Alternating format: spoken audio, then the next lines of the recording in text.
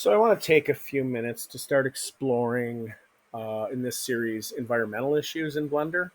So the first thing I'm going to do is I'm going to just set up a background image for the entire scene. That being the case, I don't think I need the cube.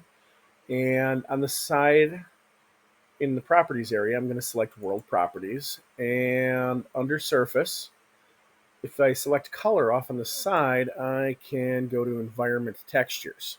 And then I can open a file. Now, if I don't have a file that's ready, I can go to this site, which is pretty cool, called Polyhaven, and I can get models, textures, and in this case, I'm going to browse for HDRIs.